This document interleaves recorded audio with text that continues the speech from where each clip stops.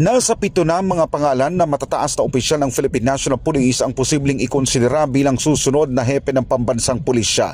Ito matapos na kumpirmahin ng PNP ang nakatakdang retirement ni PNP Chief Police General Benjamin Acorda Jr. sa darating na December 3 ngayong taon.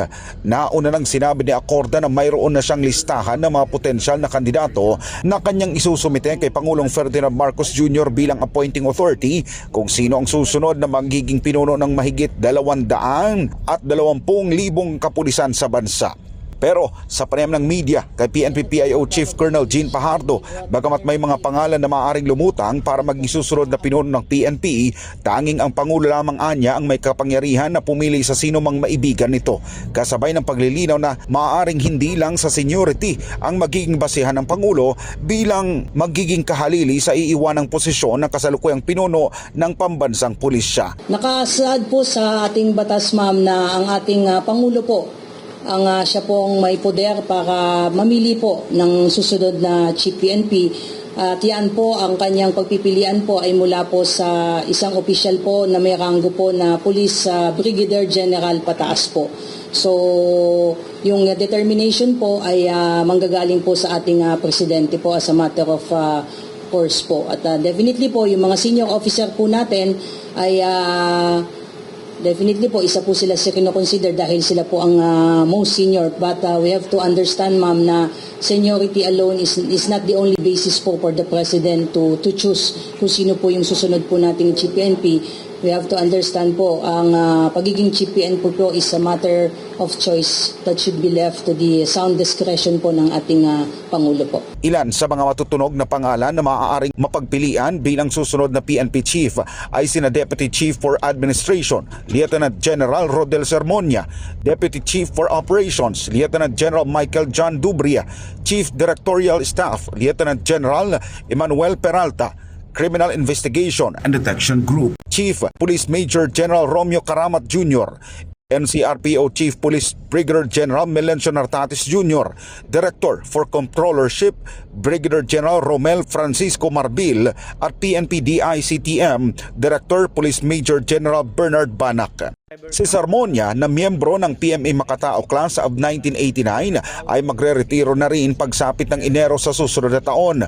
Mga mista naman ni Acorda sa PMA Sambisig Class of 1991, sina Dubria na magre-retiro naman sa Disyembre taong 2024 at Peralta naman na magre-retiro naman sa August 2024. Bukod sa tatlo, lumulutang din ang pangalan ng isa pang mista ni General Acorda na si Brigadier General Romel Francisco Marbil ng PNP Controllership. Naging hepe rin siya ng Highway Patrol Group bago naging Regional Director ng Police Regional Office 8 at nakatakda itong magretiro sa February 2025. Umuugong din ang pangalan ng mga miyembro ng PMA Tanglaw Diwa Class of 1992 kasama na sina NCRPO Director Police Brigadier General Jose Melencio Nartatis Jr. na naging hepe ng Calabarzon Police at hepe ng Directorate for Intelligence at Directorate for Controllership. Si Nartates ang pinakabata sa lahat ng contender na may higit 3 taon pa sa serbisyo bago ang kanyang retirement sa March 2027. Para sa general, pinakamahalaga sa sino mang pulis na magsisilbi sa bayan ang salitang katapatan para magampanan nito ng mabuti at may puso ang kanyang tungkulin, hindi lang sa larangan ng peace and order kundi ang seguridad at kapakanan ng mamamayan. Kung ikaw ang appointing authority, you would choose yung merong naaangkin na talino, may naaangkin na puso sa trabaho, at may naaangkin na nagawa simula nung pagkapasok niya ng serbisyo, lieutenant hanggang maging colonel, hanggang maging general. You know, pagka naging general ang isang tao, it is an accumulation of what you have done, service reputation. At ang pinakapanghuli dyan, of course, is kung ikaw ang appointing authority, is thy loyalty. Loyalty to the appointing authority as well as to the Constitution. Sa kabilang banda, bagamat hindi nito isinasantabi ang nasabing konsiderasyon para sa posisyon, naniniwala siya na malaki at marami pa ang dapat na baguhin sa Philippine National Police, lalo na sa isyu ng korupsyon. Nagpapasalamat tayo sa lahat ng mga presidente and other lawmakers na nagpursige nito, lalong-lalo na sa ating Pangulong former President Duterte. Okay? yung sweldo na yan tumaas. Imagine, isang problema yan na na-address. Training. They should be well-trained kasi capability enhancement na. Capability enhancement is in terms of skills and in terms of capital outlay, facilities, etc. So, capability enhancement, gumanda na yung mga training natin. We have our training abroad, meron yung magagandang training centers natin, and including yung ating mga POA program. At yearly, nagkaroon ng 2 billion CEP fund.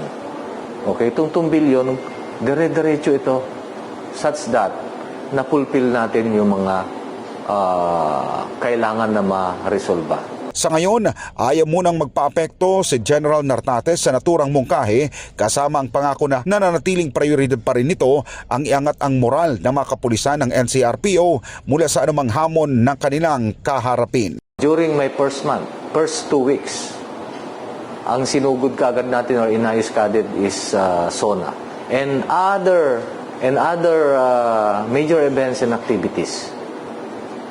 Kasi that is one of my action plan is to ensure craft revisit security plan on all major events and activities. Kasi parati yan kasi ang PNP laging peace and order and at the same time naka-akibat na rin sa amin ang public safety.